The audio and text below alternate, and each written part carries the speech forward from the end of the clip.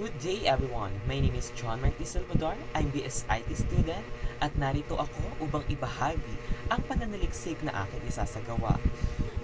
Ang pananaliksik ko ay tungkol sa Artificial Intelligence na mag-aaral na nag-aaral sa panahon na digital learning gaya ng online classes. Layunin nitong alamin kung paano nakakatulong o nakakaabala ang AI tools sa pagkatuto ng mga estudyante.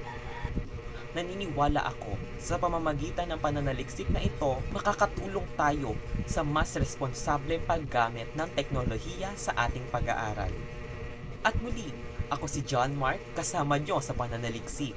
Maraming salamat sa inyong panonood.